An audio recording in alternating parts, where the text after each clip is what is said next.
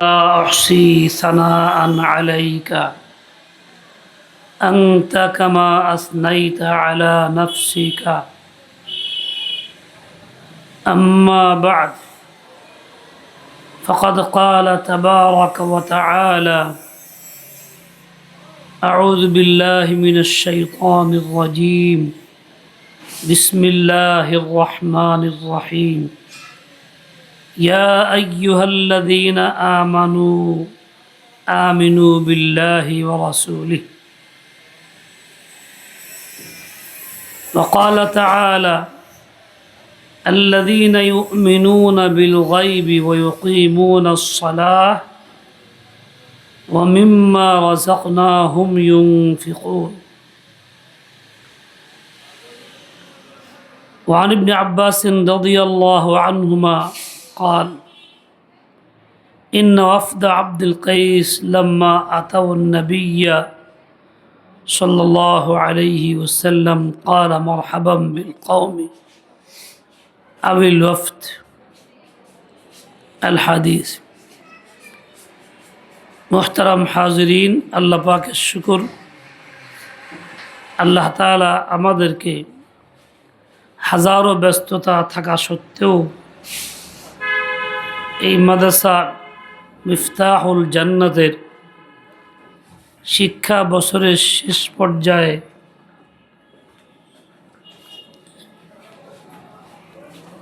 ওয়াজ ও নসিহাত,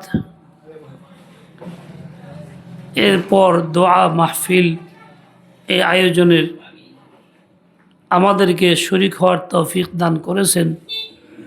সেজন্য আল্লাহ পাকের শুকর আদায় করি, আলহামদুলিল্লাহ। মুহতারাম উলামায়ে কেরাম আছেন, বয়ান করছেন এবং করবেন। অনেক মা বোন ভিতরে আছেন যারা হাজারো কাজকর্ম ছেড়ে দিয়ে আসছেন। তার মানে আপনাদের জীবনেও সংসারের বাড়ির কাজের চাইতে এই দ্বীনি কথাগুলির গুরুত্ব বেশি, তাই আপনারা এখানে আসছেন। যতক্ষণ আসেন তো ততক্ষণ নীরব চুপচাপ হয়ে এদিকে মনোযোগ দিয়ে বসবেন। আশা করি পরস্পরে কথাবার্তা বলবেন না। কথাবার্তার সুযোগ তো জীবনে অনেক হয়, কিন্তু এই ধরনের মাহফিলে বসার সুযোগ জীবনে কম হয়।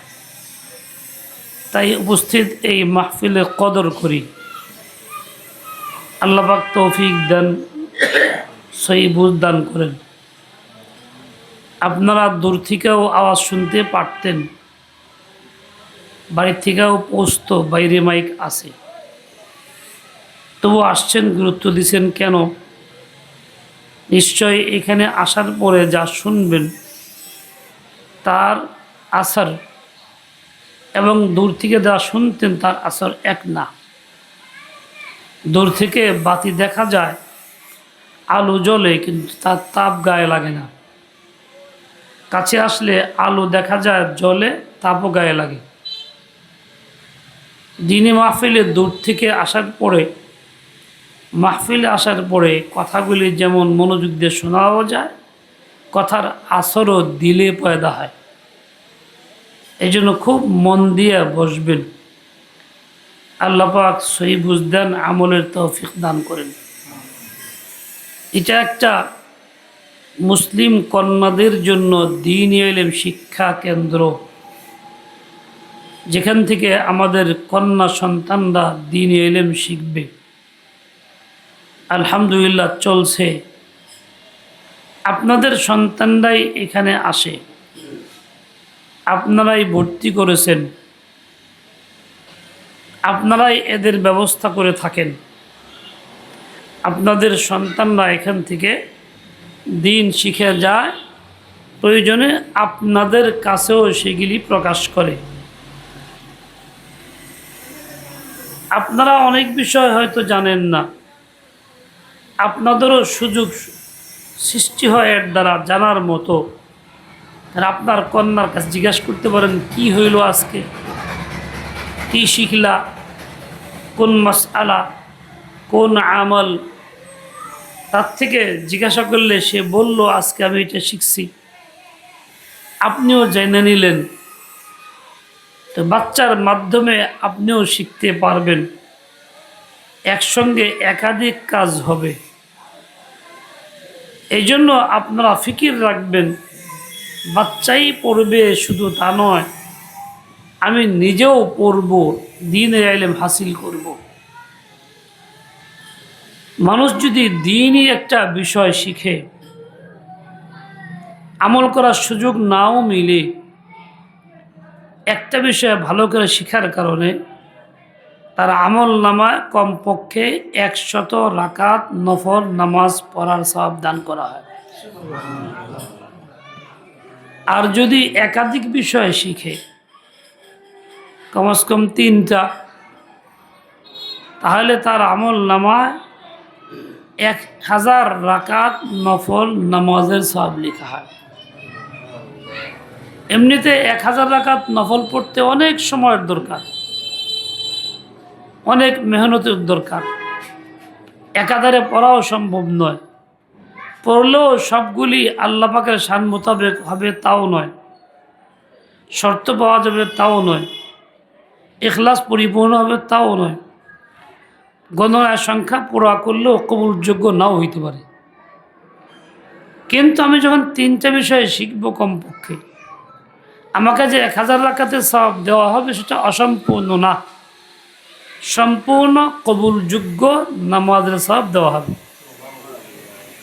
তাহলে আমি যদি ইলমে দ্বীন শিখি, এতে আবার লাভ বেশি, কম না, উপকার বেশি, ফায়দা বেশি। এই জন্যই তো তালেবে ইলম ছেলেমেয়েরা, দ্বীন শিক্ষার্থীনীরা মাতা পিতা বা সাধারণ লোকদের আমলের চেয়ে অনেক বেশি কামাই করতে পারে। একজন সাধারণ মুসলিম, সে ইলম শিখে নাই, আমল করে, ওলামা একরাম থেকে জানা জানা শুরু করে, জিকির আজকার, তাসবিহ তাহলিল, নফল ইবাদত, তিলাওয়াত সবই করে। আরেকজন তালেবে ইলম ইলম শিক্ষার কাজে ব্যস্ত, সে হয়তো তার মুরব্বির মতো নফল করে না, জিকির আজকার মুস্তাকিল সময় পায় না, তাসবিহ তাহলিল করে না। এরপরেও তালেবে ইলমের যে ইলম শিখার মেহনত, এটা আল্লাহর কাছে এত পছন্দ যে এর জন্য গুনাহও মাফ হবে এবং তার আমল নামায় এত পরিমাণ নামাজের সওয়াব লেখা হবে। কাজেই তালেবে ইলম শিক্ষা যে করে, তার সাথে পাল্লা ধরা কঠিন, অল্পতেই অনেক বেশি সে আগায়া যাবে। আমরা যারা তালেবে ইলমের এই মসনদে নাই, এই পরিচয়ে নাই, দুনিয়ার কাজে মশগুল ব্যস্ত আছি, আমরাও তো নিজেকে অল্প সময়ের জন্য তালেবে ইলম বানাইতে পারি। 5 মিনিট 10 মিনিটের জন্য একটা বিষয় প্রতিদিন শিখতে পারি, একাধিক বিষয় শিখতে পারি। ওই সময় নিজেকে তালেবে ইলমের লেবাসে তাদের কাতারে সামিল করি, তাহলে আমারও তো অল্পতে অনেক সওয়াব কামাই করার সুযোগ মিলবে। একটু ফিকির করলেই হয়। মা বোনরাও ওই রকমই, একটু ফিকির করলেই হবে। এই জন্য সবার কাছে অনুরোধ থাকবে, এই মানসিকতা তৈরি করি, প্রতিজ্ঞাবদ্ধ হয়ে যাই, ইনশাআল্লাহ তাআলা প্রতিদিন আমি কমপক্ষে 3টা বিষয় শিখব।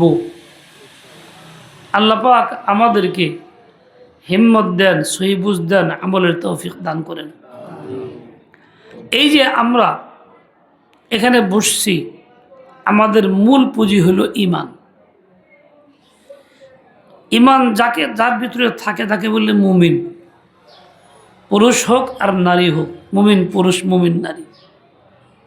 ঈমান হলো সর্বপ্রথম আমল, সবচেয়ে শ্রেষ্ঠতম আমল। ঈমান যার আছে তার মর্যাদা সবচেয়ে বেশি, ঈমান যার নাই তার মর্যাদা সবচেয়ে কম, কোনো মর্যাদাই নাই। রাসূল আকরাম সাল্লাল্লাহু আলাইহি ওয়াসাল্লাম জিজ্ঞাসা করা হয়েছে একাধিক জায়গাতে, আইয়ুল আমালি আফজল, সবচেয়ে কোন আমলটা শ্রেষ্ঠতম আমল? আল্লাহর নবী তখন বলেন নাই তিলাওয়াত, তাসবিহাত, বলছেন আল ঈমানু বিল্লাহ বা ঈমানুম বিল্লাহি ওয়া রাসূলিহি। শ্রেষ্ঠতম আমল হচ্ছে আল্লাহর প্রতি ঈমান আনা, রসুলের প্রতি ঈমান আনা, আল্লাহকে বিশ্বাস করা, রসুলকে বিশ্বাস করা, এটা হলো শ্রেষ্ঠতম আমল। প্রত্যেক পুরুষ নারীর জীবনের প্রথম সম্পদ ঈমান, শেষ সম্পদও ঈমান।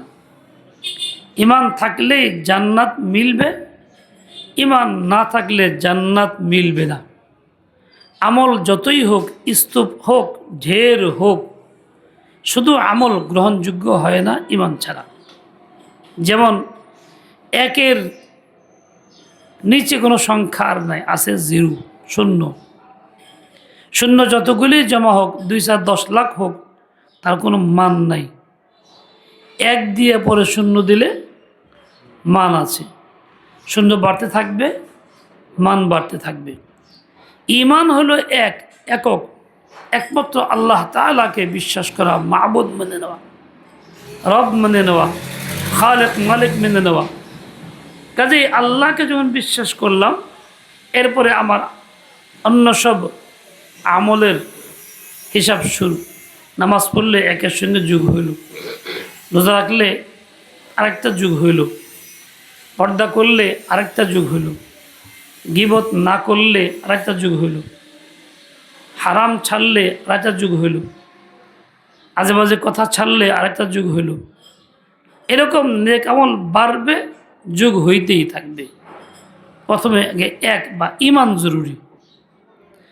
আমি এই জন্য কথাটা বলতেছি, হাদিসে পাকে আজীব কথা আছে, বড় ভয়ের কথা। অনেক মানুষ দুনিয়াতে এমন থাকবে, মিনহুম মান ইউলাদু মুমিনান ওয়া ইয়াহইয়া মুমিনান ওয়া ইয়ামুতু কাফিরান। অনেক মানুষ দুনিয়াতে জন্ম নেবে মুমিন পরিচয়ে, সমাজে থাকবে মুমিন পরিচয়ে, নাম থাকবে মুমিন, সরকারি খাতায় আদমশুমারিতে মুমিন, কিন্তু মৃত্যু হবে কাফের অবস্থায়, কাফের হয়ে মারা যাবে। আবার কিছু বিপরীত হবে, কাফের পরিচয়ে জন্ম, কাফের ঘরে পরিবেশে থাকে, মারা যাবে ঈমান নিয়ে। আফসোস তো প্রথম ব্যক্তির জন্য, মুমিনের ঘরে মুমিন পরিচয়ে জন্ম, মুমিন পরিচয়ে বসবাস, কিন্তু মারা যাবে কাফের হয়ে। এটা কেন হবে এবং কত পরিমাণ হবে? রসুলের হাদিসের সংবাদ তো আর মিথ্যা হইতে পারে না, এটা হবেই, ঘটবেই। তাহলে এর দ্বারা বোঝা যায় কাসীরুম মিনাল মুমিনিন, অনেক মুমিনের সংখ্যা দুনিয়াতে পরিচিত এরকম হবে যাদের মৃত্যু হবে কুফরের উপরে, ঈমান নিয়ে মরতে পারবে না। কেন? তারা কি কাফের হয়ে গেছে? আল্লাহকে গালি দিছে, কোরআনকে অস্বীকার করছে, তারা কি রসুলকে অস্বীকার করছে, রসুলের বেইজ্জতি করছে, দ্বীনের ইহানাত করছে, বিদ্রুপ করছে? কি করছে তারা? নিশ্চয় এমন কিছু ঘটছে তাদের দ্বারা, যার দ্বারা ঈমানটা নষ্ট হয়ে যায়। আর এটাই স্বাভাবিক। তার মানে ঈমান আনার পরে, মুমিন পরিচয়ের পরে ঈমান নষ্ট হওয়ার মতো অনেক কাজ ঘটে, যা আমার একসময় খবরও থাকে না, অজান্তেই ঘটে। আর এই অজান্তে ঘটলেও ঈমান কিন্তু চলেই যায়। মুসা আলাইহিস সালাম কিপ্তিকে ঘুষি দিয়েছিলেন নিয়ন্ত্রণ করার জন্য, মারার জন্য না, কিন্তু সেটা মারাই গেছে। মারার ইচ্ছাও ছিল না, আঘাতটা ওই রকম জোরে ছিল না, কিন্তু মারা গেছে। ওরকমই আমি করি বুঝি না, কতভাবে কত রকমভাবে ঈমান চলে যায়। এবং ঈমান যাওয়ার যে কারণগুলি আছে সেটাও আমি জানি না। ইমান যাওয়ার বেশ কিছু কারণ আছে, যেই কারণে ইমান চলে যায়।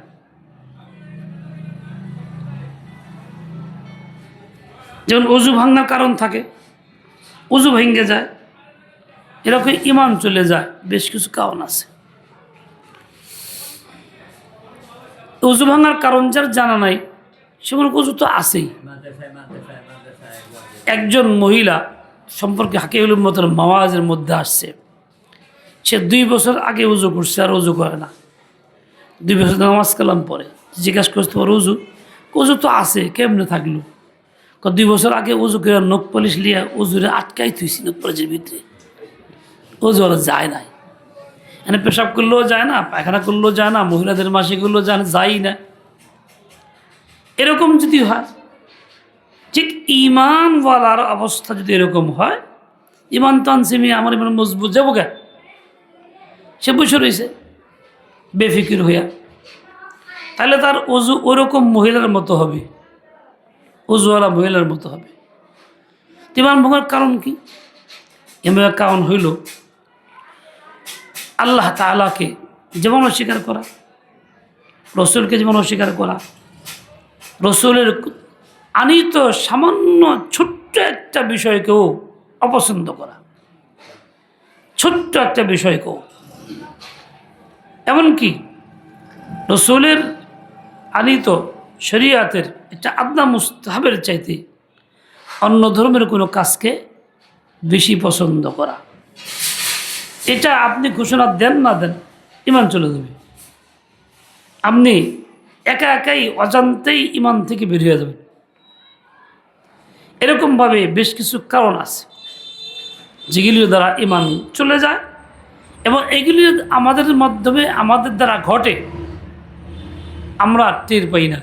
কথার কথা, কোনো এক ছেলে গেছে বিদেশে, ডেনমার্কে, ওখানে ওদের লেনদেন ভালো, আচার আচরণ ভালো, ধোকা দেয় না, মিথ্যা কথা বলে না, অনেক কিছু সামাজিক সুন্দর, নিয়ম শৃঙ্খলা ভালো, যানজট নাই, একে অপরকে কোনোরকম তলে ফেলার চেষ্টা করে না।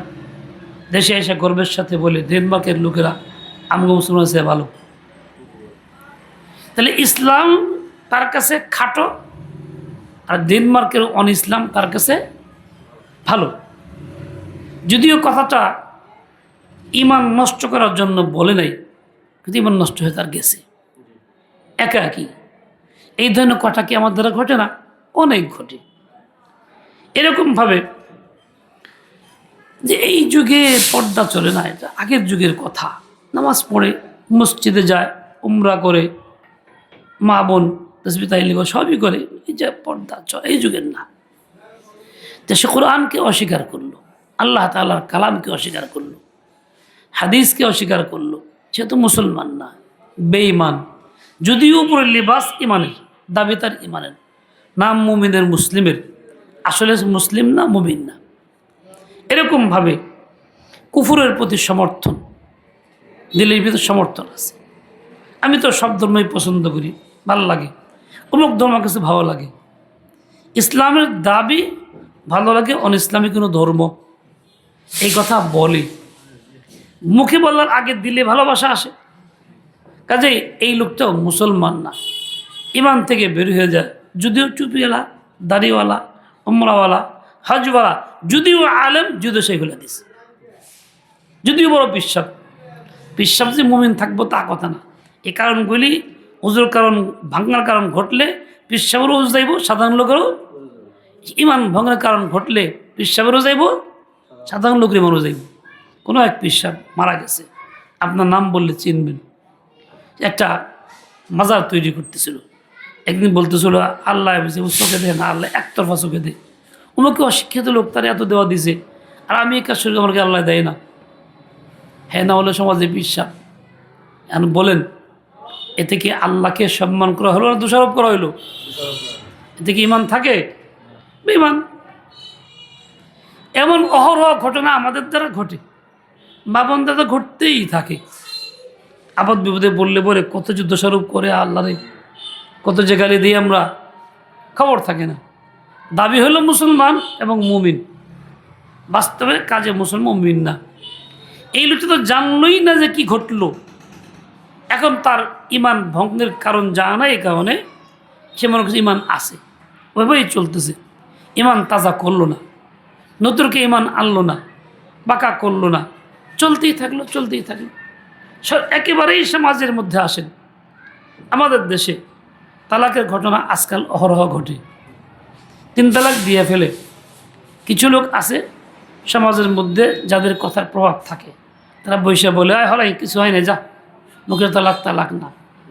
যেই কয়টা বলছে ব্যক্তি কাফের, ব্যক্তি বেমান, হাজার নামাজ পড়ুক, হাজার উমরা করুক, আবার কেউ কেউ বলে এ দায়িত্ব আমার, তিনি জায়গা গুনাহ হইলে আমার হইব, মানে সে আল্লাহর চেয়ে ক্ষমতা তার বেশি। এরকম একটাও ইমান রূপে নেই, ইমান থেকে বেরিয়ে যায়। সে মুমিন না, সে মুসলিম না, যদিও দাবি করে, যদিও তার নাম আব্দুল মুমিন হয়, যদিও তার নাম মুমিনুল ইসলাম হয়, যদিও তার নাম আমাতুল্লাহ মুমিনা হয়, তবুও সে কিরা ইমানদার না। এভাবে ইমান থেকে বের হয়ে যায়। আমাদের কর্তব্য হইল এই ইমান রাখার জন্য কী কী কারণগুলি ঘটে ভাঙ্গে, যার দ্বারা এগুলি জানানো, তালিম দেওয়া, চর্চা করা।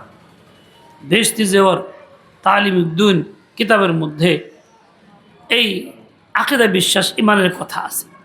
বেহেশতি জেওয়ারে কোনটা কুফরি, কোনটা শিরক, কোনটা করলে ইমান ভাঙ্গে, আলোচনাগুলি আছে। প্রত্যেক ঘরেই এই বেহেশতি জেওয়ার রাখা জরুরি। এটা পড়া, তালিম করা, বাল বাচ্চা মা বোনদের নিয়ে শোনানো, সকাল বিকাল 2 বার, যাতে ইমান ভাঙ্গার বিষয়গুলি স্পষ্ট সামনে থাকে, ঘটলে যাতে আবার তওবা করে ভালো হইতে পারি, ইমান আনতে পারি। এরকমভাবে অহরহ ইমান ভাঙতেছে, দাবি ইমানের। এখন যেই লোকটা ভাঙ্গে জানে না, সেই লোকটা মারা গেলে কি ইমান নিয়ে মরবে না ইমান ছাড়া মরবে? সে তো ইমান হারা আছেই, সে তো ইমান হারা বর্তমানেই আছে, নতুন করে হারাতে হবে না তার। এই জন্য বড় ভয় এবং আশঙ্কা, মুমিন পরিচয়ে আসি, থাকবো, মৃত্যুর সময় কি হবে তা জানি না।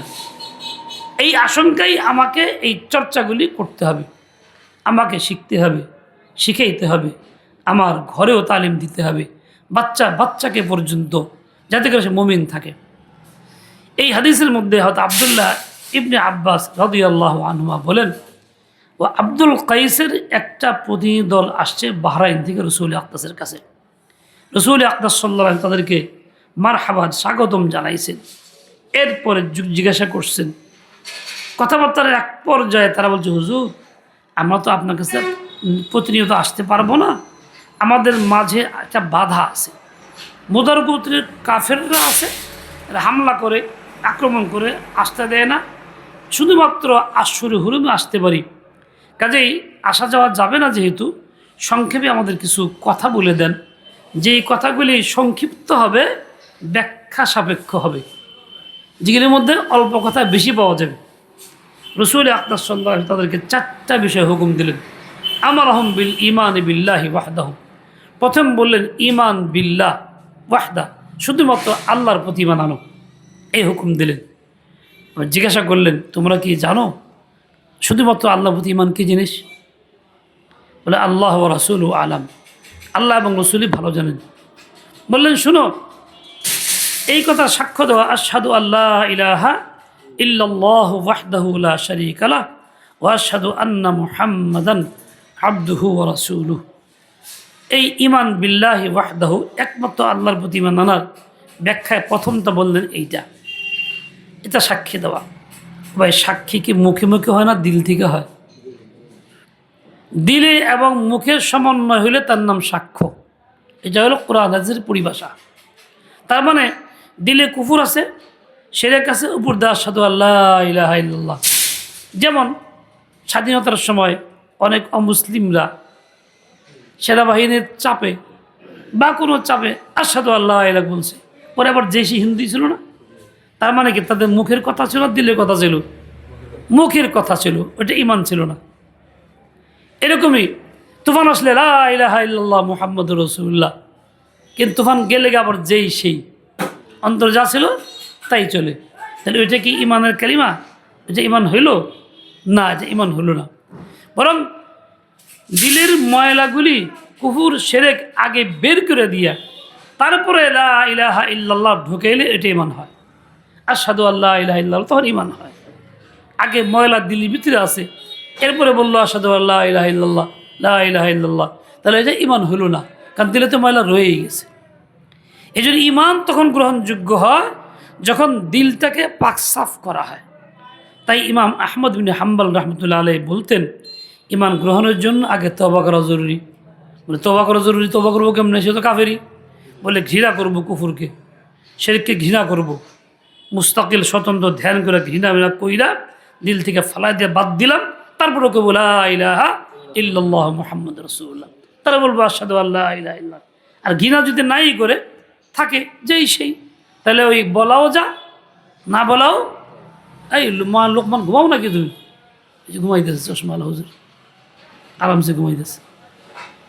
কি মেয়ে ঘুমাইতেছো কেন তুমি? এই মুরব্বী ঘুমাইতেছে, এই যে এর ইমান দরকার নাই, ঘুম ধরে গেছে, ক্লান্তি বেশি এসে গেছে। মুরব্বী নাড়াচাড়া দেন, আমার দিকে তাকান। মাশাআল্লাহ, মুরব্বী মানুষ, আপনার তো মুরব্বী কম পাওয়া যায়, জাযাকাল্লাহ। এই যে অবস্থাটা, এইভাবে আপনি যদি ঘৃণা না করতে পারেন তাহলে ঈমান হলো না। এই যে বর্তমান সমাজে আমাদের দেশে যত আইন আছে সব আইন কুফরি আইন, শিরকি আইন, কোরআন বিরোধী আইন, একটাও ইসলামের পক্ষে আইন না। পক্ষে দূরের কথা, ডাইরেক্ট কুফরি আইন। আমি এই দেশের নাগরিক, এই দেশে থাকি, আইন মানতে বাধ্য, তাই মানি, কথা ঠিক না? মানতেছি, দেশে থাকি, নাগরিক আমি এই দেশের, ওই আইনের ভিতরে আমাকে চলতে হচ্ছে। আমি তো পারি ইচ্ছা করলে ঈমান নিয়ে থাকতে, মানে ওই কুফরি আইনকে ঘৃণা কইরা তারপরে কালিমাটা পড়তে। ঘৃণা করলেও মানুষ ওই ঘৃণার বস্তুর সাথেও জড়ায়া যায়, যায় কি যায় না? রাস্তা বড়া ময়লা পায়খানা, ঘৃণা করে বাইতে পারে না, তুপুর যাওয়ান লাগে, হিম কি করে, গোবর ছড়ানো আছে, যাওয়ান লাগে, তার বাধ্য হয়ে যায়। ওরকমই আমাকে এই সমস্ত আইনকে ঘৃণা করতে হবে, তারপরে কালিমার ভিতরে জায়গা দিতে হবে, আশহাদু আল্লাহ জায়গা দিতে হবে, তাহলে আমি মুমিন। ওগুলি ঘৃণা না করলে মুমিন না। দ্বিতীয় কথা, ঘৃণার বস্তু এটা কি ফেলে দেওয়ান লাগে না পকেটে রাখান লাগে? ফেলে দিতে হয়। দিল থেকে হচ্ছে ফেলে দিয়া তারপরে কি করব, কোরআন সুন্নাহর আইনকে দিলে জায়গা দিব। হ্যাঁ, আমি সমাজে নাই, দেশে নেই, পারি না, তো কী করব? বলে আমি দিলে জায়গা দিয়ে এটাকে চর্চা করব, দাওয়াত দেব, একে অপরকে বলবো, বলতেই থাকবো, মানসিক পরিবর্তন ঘটাবো, সবাই মিলাই দাবি উত্থাপন করব। আমরা মুসলিম হিসাবে আমাদের দাবি এইটা, ইসলামী আইন চাই। তখন গিয়ে আমাদের দাবি একটা পর্যায়ে যাবে। কিন্তু আমরা যে ঘুম দিছি, এটা ঘৃণাও করতেছি না, অপছন্দ করি না, বরং এটার সমর্থনে আছি। এই জন্যই কোরআন সুন্নাহ বিরোধী আইন যে কয়টা আছে, কেউ তার লগে আসি তার লগে, হাতে হা নাতে না। এটা কিন্তু ঈমানের লক্ষণ না। আল্লাহ তাআলা 3 ব্যক্তির প্রতি কঠিন নারাজ। কত নারাজ? আল্লাহ কথা বলবেন না তাদের সাথে, গুনাহ থেকে মুক্তও করবেন না, তাদের জন্য আরও ওয়ালাহুম আযাবুন আলিম, অতি কঠিন শাস্তি নির্ধারিত। 3 ব্যক্তিকে বুখারীর রওয়ায়াত বলে, এক ব্যক্তি যার কাছে পর্যাপ্ত পানি আছে চলার মতো, নিজের প্রয়োজন পুরা করার মতো, হ্যাঁ প্রয়োজন পুরা করে আটকে এত আর মন মেঝে দেয় না। মুসাফির পথিক জরুরত থাকলেও সে দেয় না। সে আল্লাহ পাকের দেওয়া নেয়ামতকে এইভাবে তাসররুফ করতেছে, বান্দাকে বঞ্চিত করতেছে বলে এর প্রতি আল্লাহ কঠিন নারাজ। এর পাকসাফ নাই, তার সাথে আল্লাহ কথাও বলবেন না, আচ্ছা রহমত নাযিল করবেন না। দ্বিতীয় ব্যক্তি, ওয়ারাজুলুন বায়াআ ইমামান লা ইউবাইউহু ইল্লা লিদুনিয়া, এমন ব্যক্তি যে কোনো নেতার পিছনে হাত দিছে, তার সাথে মতে মত দিছে, যা বলে হাতে হা নাতে না, দিছে কি জন্য? ইল্লা লিদুনিয়া, দুনিয়া প্রাপ্তির জন্য, চাকরি, অমুক পদ, অমুকটা তুমুকটা, ভবিষ্যতে এই ব্যবসার এই সুযোগ, ওই সুবিধা, এই জন্য ওই নেতা এবং নেতার আদর্শ অনুযায়ী যা বলে লগে লগে আসি। হে পাইলে ইন আতাহরাও দিয়া, আর না পাইলে বড় দূর লগে নাই, আবার যে আইব তার লগে আসি। এই দুনিয়ার গরজকে সামনে নিয়া এই মানসিকতায় যে চলে তার প্রতি আল্লাহ তাআলা ওইরকম কঠিন নারাজ, তার দিকে রহমতের নজরও করবেন না, কথাও বলবেন না, তার জন্য কঠিন শাস্তি বরাদ্দ আছে। আমার ভাই, সামাজিক অবস্থা চিন্তা করলে এরকম আছে না নাই? সামাজিক অবস্থা চিন্তা করলে আছে না নাই? তাহলে কত বড় নারাজির মধ্যে আছি, কত বড় অসন্তুষ্টির কাজের মধ্যে জড়ায় আছি। বলে আমাকে এর থেকে মুক্ত হইতে হবে, থাকতে হবে হকের সঙ্গে, থাকতে হবে সত্যের সঙ্গে, ইমানের সঙ্গে। ইমানের সঙ্গে আছি এবং থাকবো। বলে এর সঙ্গে থেকে তো লাভ নাই, শক্তি মিলে না, ব্যবসার সুযোগ মিলে না, না মিললেও আপনাকে থাকতে হবে ইমানের সাথে। অমুকের তো লাভ নাই, হের লোকে গেলে হের থাকলে ভোট দিলে হে পাশও করবো না, আমাকে ভবিষ্যৎ কী? মানে হ্যাশ পাশ করার দরকার আপনার না, জিম্মাদারি আপনার, দায়িত্ব না। আপনার পাশ করার দায়িত্ব আপনার। আপনি যে হকের পক্ষে সমর্থন করবেন কুফর শিরক বাদ দিয়ে, এইটাই পাশ করার দায়িত্ব আপনার। হে ফেল করুক, হে দায়িত্ব আপনার না। আর আপনি যা করবেন না, তা আপনি যে ফেল করলেন, এটা জবাবটা কী হবে? এই জন্য এইভাবেই ইমান নষ্ট করার পিছনে আমরা থাকি না, না থাকি। আল্লাহ আমাদের হেদায়াত দেন, সহি বুঝ দিয়ে দেন। আমার ভাই, মুসলিম হিসাবে দাবি করতে পারি, যে কোনো ব্যক্তি দাবি করতে পারে। দাবি করতে প্রচলিত আইনেও নিষেধ নেই। কি বল, এই দাবি আমাকে করতে হবে, না করতে পারলে ওই যেই সেই ফল, ইমান হারা হয়ে আমাকে মরতে হবে। আল ইয়াযু বিল্লাহ, লা ইলাহা ইল্লাল্লাহ মুহাম্মাদুর রাসূলুল্লাহ সাল্লাল্লাহু আলাইহি। এরপরে হুজুর বললেন বাকি কাজ কি? ইকামুস সালাহ, নামাজ কায়েম করো। নামাজ কায়েম করো মানে দোকানে পড়ো না, বাড়িতে না, রাস্তাঘাটে না, 5 ওয়াক্ত নামাজ জামাতে মসজিদে গিয়ে পড়ো। সুন্নত ফরজ ওয়াজিব সদাই কইরা। আমরা অনেকেই এমনি নামাজি, এই সুযোগ দোকানে, মাদ্রাসার অফিসে, অমুকখানে, যেখানে সেখানে। মসজিদের এহতেমাম কমে গেছে। বলে মসজিদের জামাতে না গেলে নামাজ কায়েম হচ্ছে না, সোজা কথা। সে যত বড় বুজুর্গ ফেরত হোক। দ্বিতীয়ত ভাই, তাই জাকাত, জাকাতটা পরিপূর্ণ প্রদান করো, পুঙ্খানুপুঙ্খানুরূপে হিসাব কইরা। কখন থেকে? যেদিন থেকে জাকাত ফরজ হওয়ার মতো মাল হাতে আসছে, সেদিন থেকে পরবর্তী বছরের ওই মুহূর্ত পর্যন্ত। এমন না যে বাংলা বৈশাখ মাসে মাল আসছে, রমজান থেকে শুরু করলাম, 3 মাস বাদ গেল, তারপর তো রমজান ধরলাম, 3 মাস জীবনে রয়েই গেল। এরকম হইতে হইতে অনেক মাস যাবে, জাকাত বাকি থেকে যাবে। এই জন্য যেদিন থেকে শুরু হয়েছে ওই দিন থেকে আমাকে শুরু করতে হবে। আদায় আমি আগে পিছিয়ে করতে পারি, অগ্রিমও করা যায়, পিছিয়েও করা যাবে। জাকাতের হিসাবের ক্ষেত্রে আমরা খুব অলস, গাফিল, জানিও না।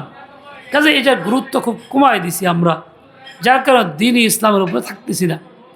এরকমভাবে রসুল আকদাস সাল্লাল্লাহু আলাইহি তাদেরকে আরেকটা কথা বলছিলেন, যুদ্ধ বিগ্রহ বেশি হইতো, ওয়ান তুতু মিনাল মাগনামিল খুমুসা, তোমরা গনিমতের মালের পঞ্চমাংশ আদায় করবা, বাইতুল মালে দিবা, সরকারি কোষাগারে, ইত্যাদি বলছেন।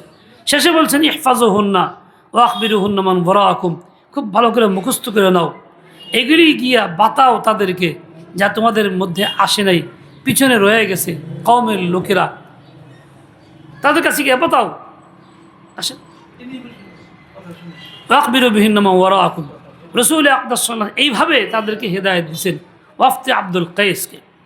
আমরা যেন এই কথাগুলি এই জন্য বললাম, এই কথাগুলি মুযাকারা শোনার পরে আপনি চিন্তাগুলি বুঝে আসবে যে আমার ইমানটা কোন পর্যায়ের আছে কি নাই, ইমান সালাই হওয়া দরকার কি না, তওবা করা দরকার কি না, পরিপক্কতা অর্জন করা দরকার কি না, না এভাবে থাকলেই চলন যাইব কোনো রকম, এটা বুঝবেন।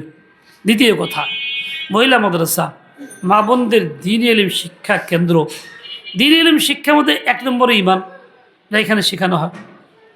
দেখেন, সুফিয়ান ইবনে আবদুল্লাহ সাকাফি রাদিয়াল্লাহু তাআলা আনহু থেকে বর্ণিত, তিনি বলেন, ইয়া রাসূলুল্লাহ, এমন একটা কথা আমাকে বলে দেন যে কথা আপনার পরে কাউকে জিজ্ঞাসা করতে না হয়।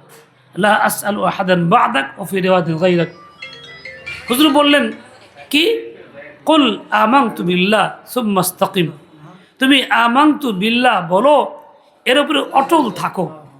এই 2টা কথা বললেন, আমানতু বিল্লাহ বলো, এর উপরে অটল থাকো। তার মানে ইমান তো আনো, ঘোষণা তো দাও, এরপরে ইমানের উপরে থাকার জন্য যে পরিবেশ লাগে সেই পরিবেশ গ্রহণ করো। তুমি তো আর নিজের জন্য, অধীনস্থদের জন্য, মা বোনদের জন্য, পরিবারের সদস্যদের জন্য শুধু মুখ দিয়ে দাবি করলে আমানতু বিল্লাহ, পরিবেশ গঠন করলা না, ইমানে থাকতে পারলো না, তাহলে তুমি নাকাম হইলা। তোমার কাজ হইল আমানতু বিল্লাহ পড়ার পরে অটল থাকো। আজকে ইমানে অটল থাকার পরিবেশটা আমাদের মধ্যে কম। আমাদের বাচ্চারা বাইরে যায়, কাজকর্ম করে, পড়াশোনা করে, বিভিন্ন প্রতিষ্ঠান কেন্দ্রিক, সেই প্রতিষ্ঠানগুলির মধ্যে এমন সব আলোচনা বইয়ের মধ্যে আসে কুফুরি, শিরকি। এমন শিক্ষকরা পড়ায় যার কুফুর শিরকে ডুবা আছে, ওই মতামতগুলি পড়ায়। এমন সব বই ইসলামের যেখানে কোনো আলামত নিদর্শন নাই উঠায় দেওয়া হয়েছে। এমন সব পরিবেশ যেখানে ইচ্ছাকৃতই প্রশ্ন করে করে ইমান নষ্ট করা হয়। যেমন বিভিন্ন স্কুলের কথা শোনা যায়, যেখানে গেলেই চাও টিফিন বক্স চাও, আল্লাহ দেন, চোখ বন্ধ থাকে তো আল্লাহ দেয় না, এই দেখো আল্লাহ দেয় না। ওই যিশুর কাছ চাও, যিশু দেন, তখন দেওয়া হাতের মধ্যে এই দেখো যিশু দিছে। এভাবে নষ্ট করা হয়। তাইলে ওই পরিবেশটা দুনিয়ার নিয়মে শিক্ষা প্রতিষ্ঠান হইলেও ইমান উপরে অটল থাকার, ইমান রক্ষার পরিবেশ না। আমার মুসলিম হিসাবে আমার দায়িত্ব হইল আমার সন্তানকে এমন পরিবেশে দিব যেখানে শিক্ষাও হবে, ইমানও রক্ষা হবে, ইমান রক্ষার পরিবেশ যাতে বহাল থাকে। এই জন্য আমানতু বিল্লাহ সুম্মাস্তাকিম বলা হয়েছে। ইমান আনো, এর উপরে অটল থাকো। এর সাথে আমি আজকে যদি আমার সন্তানকে ইমান রাখতে চাই, ঘরের পরিবেশটাও আগে 1 নম্বরে তৈরি করতে হবে। ঘরের পরিবেশের মধ্যে যেন ইমানের চর্চা থাকে, বেশজোরের চর্চা থাকে, কুফর শিরকের আলোচনাগুলি থাকে, এবং বাচ্চাকে যেন আমি প্রশ্ন করে তার মুখ থেকে ইমানের কথাগুলি বের করি, আল্লাহর পরিচয়টা দিয়ে দিই। বাচ্চা জিদ ধরে চায়, হ্যাঁ চকলেট দেন, টাকা দেন, তো সেই ক্ষেত্রে আমি না দিয়া আমি তো একটু করতে পারি, ঠিক আছে তুমি আল্লাহর কাছে চাও, চকলেট দেওয়ার মালিক তো আল্লাহ, আমি দিতে পারি না, আল্লাহ যখন দিবে তখন দিতে পারো, বলো তুমি আল্লাহ দেন, আল্লাহ দেন, কয়েকবার বলো, আমি ব্যবস্থা করে দেন, এই দেখো তোমার জন্য আল্লাহ পাঠাই দিছে, আল্লাহ তোমার দিছে। ও আল্লাহর কাছে চাওয়া শিখুক, ও আল্লাহমুখী হোক, আপনিও তাকে ওইভাবেই দেন। সত্যি তো আল্লাহ দিছে, আপনি তো দিতে পারতেছেন না, মালিক তো আপনি না, ইন্তজাম তো আপনার হাতে না, হাজার চেষ্টা করে চোখে আপনার আসবে না যদি আল্লাহ না চায়। তা আপনি প্রশ্ন করতে থাকেন, জিজ্ঞাসা করেন, ও চাইলে ওকে আল্লাহমুখী বানান। তাহলে এই বাচ্চাগুলি যখন আপনার মেহনতে আল্লাহমুখী হবে, ঘরের থেকেই বাইরে গিয়ে আর বলবে না যিশু দেন, উতস্থ করবে, বলবে না, বলতে পারবে না, ওর বাধা আসবে। আল্লাহকে চায় পায় অভ্যস্ত, যখন অভ্যস্ত হয়ে যাবে আপনি দিতে না পারলেও নিজেই আল্লাহ থেকে চায় নিতে পারবে। এই জন্য তো মারিয়াম আলাইহিস ইসলাম 13-14 বছর বয়সে আল্লাহ থেকে চায় নিছে। সারা দুনিয়া সব বন্ধ, খানাদানা বন্ধ, তালা চাবি হাতে নাই, জাকারিয়া আসলাম নাই, তো কি করছে? নামাজ দাঁড়ায় গেছে। উনি এসে দেখছেন নামাজ পড়তেছে, চতুর্দিকে আজীব খানা, ফল ফ্রুট ভরা, বেমৌসুমের, ওই দেশের না। এটা চাওয়া শিখছে নবীর সোহবত থেকে। আমরা নবীর সন্তান, আমাদের পিতা আদম আলাইহিস সালাম, তা আমরা কেন এটা ছেড়ে দিলাম? আমরা কোনো ছেড়ে দিয়া বাচ্চাদেরকে দিচ্ছি অন্যদের হাতে, যারা ইমান নষ্ট করতেছে। হিনজুমলা যাই হোক, এই যে একটা মাদ্রাসা, একটা না শুধু যত মাদারেসগুলি আছে, এই মাদারেসগুলিও আসলে বাস্তবে ইমান রক্ষার একটা পরিবেশ। এখানে আসার পর অ্যাক্সিডেন্ট হইতে পারে বেতাওয়াজ্জুহির কারণে, কুশিকার কারণে, কোনো খারাপ সহবতের কারণে, কিন্তু সাধারণত ইমান রক্ষার পরিবেশ। এখানে বাচ্চারা ইমান শিখে, ইমান শেখানো হয়।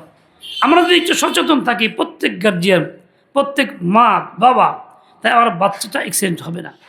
আমরা হয়তো এই ক্ষেত্রে মনে করি উদার, যে বাচ্চা মাদ্রাসায় পড়ছি, ভর্তি করছি, টাকা পয়সা দিয়ে কিতাব কিনে দিছি, যাইতেছে আসতেছে, ঠিকমতো সব হইতেছে, সুধার উপরে। এতে করে অনেক বাচ্চাই অ্যাক্সিডেন্ট করে, এদিক সেদিক চলে যায়। মনে রাখতে হবে বাচ্চাই পরিবর্তন হইতে পারে। এই জন্য 1 সেকেন্ডের জন্য তার থেকে বিমুখ হওয়া যাবে না, গাফলত করা যাবে না। সর্বদাই এভাবেই তাকে সংরক্ষণে নজরে রাখতে হবে, যে কী করে, কি না করে, কোথায় যায়, কার সাথে যায়। অনেক মেয়েদের রাস্তাঘাটে বিভিন্ন অবস্থায় দেখা যায়, বাপ মা জানেও না, আমাদের নজরে পড়ে। তো বাপ মা খবর রাখে না, ওই ধারণা গেছে ঠিক মতো, আছে ঠিক মতো। কোনো এক জায়গায় গেছি আমি, সেখানে গিয়ে দেখলাম কোনো এক মেয়ে পর মেয়ে এক ছেলের সঙ্গে ওই বাড়িতে এসে রাত যাপন করতেছে। জিজ্ঞাসা করলাম ঘটনা কি? বলে এটা অমুকের মেয়ে, এখান থেকে আসছে এর সঙ্গে সম্পর্ক, তো এখানে তো বাড়িতে জানে না। মার কাছে বলছে চেয়ারম্যানের মেয়ের সাথে আমি আজকে থাকবো ওখানে। তো মা ভালো সরল মনে ছেড়ে দিয়েছে, চেয়ারম্যানের মেয়ের সাথে না থেকে এখানে এসে থাকতেছে। এটা কথার কথা, এটা সচক্ষে দেখা ঘটনা বলছে। এই ঘটনাগুলি আমাদের কি শিক্ষা দেয়? আমরা গাফেল থাকবো না সচেতন থাকবো? কারণ আমার মেয়ে ফেরেশতা এমন কোনো কথা না, আমার ছেলে ফেরেশতা তা না। আমার ছেলেও মানুষ, মানুষ সন্তান, শয়তান ধোঁকা দিতে পারে। আমার মেয়েও মানুষ, মানুষ সন্তান, শয়তান ধোঁকা দিতে পারে। ঠিক আমাকেও দিতে পারে। আমি আমার মতো সচেতন থাকবো, সন্তানের ক্ষেত্রে এরকম সচেতন থাকবো। আর না হলে শুধু মাদ্রাসায় আসা যাওয়া কাফি না। এই জন্যই তো মাদ্রাসায় আসা যাওয়ার পরেও কিছু ব্যতিক্রম দেখা যায়, আফসোস পরে হয়। তো কেউ বলতে বলে হ্যাঁ মাদ্রাসা পায় লাভ কি, অমুক নষ্ট হয়ে গেছে গা, অমুক এই হয়েছে। যে মাদ্রাসা কেন নষ্ট হয়েছে? না আপনার নিগরানির অভাবে নষ্ট হয়েছে। বাস্তবে আপনার নিগরানির অভাবে নষ্ট হয়েছে, মাদ্রাসার জন্য নষ্ট হয় নাই। এই জন্য খেয়াল রাখতে হবে। মা বোনরা বিশেষ করে আপনাদেরকে বলি, আপনারা আন্তরিক, আল্লাহ পাক আপনাদের অন্তরকে দ্বীনের জন্য আরও মুআফিক বানায়া দেন। আপনারা ঈমান রক্ষা তো করবেন, যা বললাম যদি শুনে থাকেন আমল করার চেষ্টা করবেন। তার সাথে কিছু কাজ এমন আছে যে এই কাজগুলি আপনাদের দ্বারা ঘটে, ঈমানের উপরে আঘাত আসে, জাহান্নামের কারণ হয়। আপনারা বিশেষভাবে সেই কাজগুলি করবেন না। তার মধ্যে একটা অন্যতম কাজ হইল এটা, আপনাদের মধ্যে খারাপ ধারণাটা অনেক বেশি পরিমাণে, অনেক বেশি, অনেক বেশি। কিছুতে কিছু হইলে অমুকে জাদু করছে, অমুকে আমার কারবার বন্ধ করে দিছে, অমুক শাশুড়ি খুব জাদুকর, অমুক নদ এরকম করে, যত সব দুষ সব শাশুড়ি নদ উমুক তুমুক সবার। কে কথা বলে ভাই? কথা বলে কে এখানে? হ্যাঁ, দরকার বাইরে যান, সবার ধ্যান নষ্ট করেন কেন? ফোনটা বন্ধ করতে পারেন না তো এখানে বসে লাভ কি? দিন মজলিস আসছেন।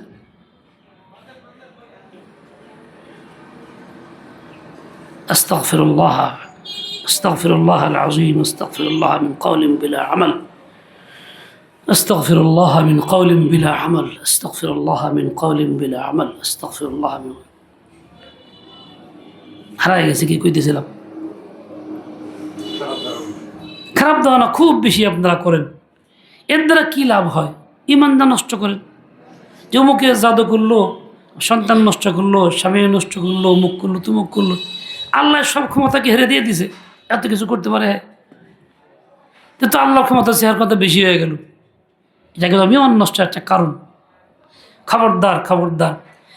আসলে সে কিছু করে নাই, অমুক কিছু করে নাই, করেছেন তো আপনি। আপনি কি করছেন? বলে আপনি আমল ঠিক করেন নাই, আল্লাহর সাথে সম্পর্ক আপনার নাই, আপনি গুনাহে লিপ্ত, আপনি বেপর্দা হন, মোবাইল নিয়ে ব্যস্ত, জীবনে যে বছরকে বছর কোরআন পড়েন না, ঠিকই রাতকে রাত মোবাইল টিপেন। তো আপনি আপনাকে দোষেন, অমুকরে দোষেন, কে জাদু করছে, ক্ষতি করছে, এই করছে, এই করছে। আর যে কেউ তাল দিল, হ্যাঁ ঠিকই আপনার তো জাদু আছে, তাহলে তো কোনো কথা নেই, এই শতভাগ মিলে গেছে। আপনি প্রতারিত হন, মানুষ আপনার টাকা নেয় এগুলি কয়ে কয়ে, আপনি কোন লগে খালি হা কইলে তো সুবিধা। এভাবে আপনি আর ধ্বংস হইতেছেন, আর্থিক ক্ষতিগ্রস্ত হইতেছেন। কেন তা হবেন? আপনি যে ছেড়ে দেন, নিজের আমল ঠিক করেন। অনেকেই বিপদগ্রস্ত হয়ে খালি আল্লাহ কি বিপদে আসি তুমি দেখো না। আল্লাহ কি কয় জানেন? বেকুব তুই দেহস না তোর আমলটা কীরকম, তুই আমার দেখতে কস হাল, তুই আগে আমল ঠিক কর। মা বোনরা, আপনাদের মধ্যে এইটা আরও বেশি কিছু বিষয় আছে। আজান হয়ে গেছে বিধায় বলা সম্ভব না। অনেক কথা আপনাদের আরও কিছু ঘটে, স্বামীর সঙ্গে সম্পর্ক ভালো না, বলেন কি যে একটা বেওকুফ বিয়ে হয়েছে যার কাছে মাথা কোনো বুদ্ধিশুদ্ধি নেই, এরকম বলে থাকেন আপনারা। এর দ্বারা স্বামীরে ইজ্জত দেওয়া হয় না, তাচ্ছিল্য করা হয়। বলে থাকেন যে কোনো কামের না, একদম বেকার, কিছুই করতে পারে না। এর দ্বারা স্বামীকে ইজ্জত দেওয়া হলো না। বলে থাকেন যে আমার জীবনের সবচেয়ে বড় ভুল হয়েছে এর সঙ্গে বিয়েটা হওয়া। আবার কেউ বলে বাপের বাড়িতে খুব ভালো ছিলাম, এরা এসে খুব বিপদে পড়ছি। এই কথার দ্বারা কি বোঝা গেল? যে আপনি এর দ্বারা স্বামীর তাওহীন, তাচ্ছিল্য ইত্যাদি করতেছেন তো করতেছেন, ঈমান আমলটাও নষ্ট করতেছেন, যে নিজেকে জাহান্নামী বানাইতেছেন। বাবনরা আমার, মেহেরবানি কইরা এই ধরনের কাজকর্ম আপনার দ্বারা না হয়, বরং কোনো সমস্যা হইলে নিজেকে আগে দুষেন, নিজের আমলের প্রতি নজর দেন, নিজে ইস্তেগফার করেন, কৃত গুনাহগুলি ছাড়েন, তেলাওয়াত চালান, সূরা ইয়াসিন নিয়মিত পড়েন। আপনার ঘরে টাকা নাই, স্বামীকে দোষেন কেন? নিজেকে দোষেন কেন? আমি আল্লাহ থেকে চায় নেই না। টাকা রিজকের ব্যবস্থা তো আসামির হাতে না, তার পকেটের সম্পদ না, তো আল্লাহর সম্পদ। আল্লাহ দিলে পাইবেন, ওটা ফয়সালা আল্লাহর হাতে। অফিস সামাই রিজকুকুম, ওখান থেকে চেয়ে বাড়ায় আনেন আপনারটা, তাই তো হয়ে যায়। আপনি কানবেন না, ইশরাক পড়বেন না, চাষ পড়বেন না, চোখের পানি ফেলবেন না, সূরা ওয়াকিয়া পড়বেন না, আপনার বরাদ্দ বাড়াইবেন না, দুঃস্বামীর হবে। এটা তো দিন না, এত ঈমান না। এই জন্য মেহরবানি করে নিজের অবস্থার পরিবর্তন ঘটান, দেখবেন কাউকে দুষতে হবে না, আপনার সব সমস্যার সমাধান আল্লাহ করে দিবেন। আল্লাহর চেয়ে ক্ষমতা তো কাউকে বেশি দেওয়া হয় নাই, আল্লাহ তো সব ক্ষমতা দিয়ে দেয় না কাউকে, কারো ক্ষমতা নাইও, সবাই অধীনস্থ মখলুক। কাজেই এদের প্রতি এই ধারণা রেখে ক্ষমতাসীন কেন বানাইতেছেন? নিজের ঈমান ঠিক করেন। আল্লাহ তাআলা আমাদের সবাইকে সহি বুঝ দিয়ে দেন, হিম্মত আলা তৌফিক খায়র দিয়ে দেন। ওসল্লাল্লাহু তাআলা আলা নবিয়িল উম্মি ওয়া আলা আলিহি ওয়া আসহাবিহি ওয়া বারাকা ওয়া সাল্লাম। সুবহানাকা আল্লাহুম্মা বিহামদিক আশহাদু আল্লা ইলাহা ইল্লা আনতা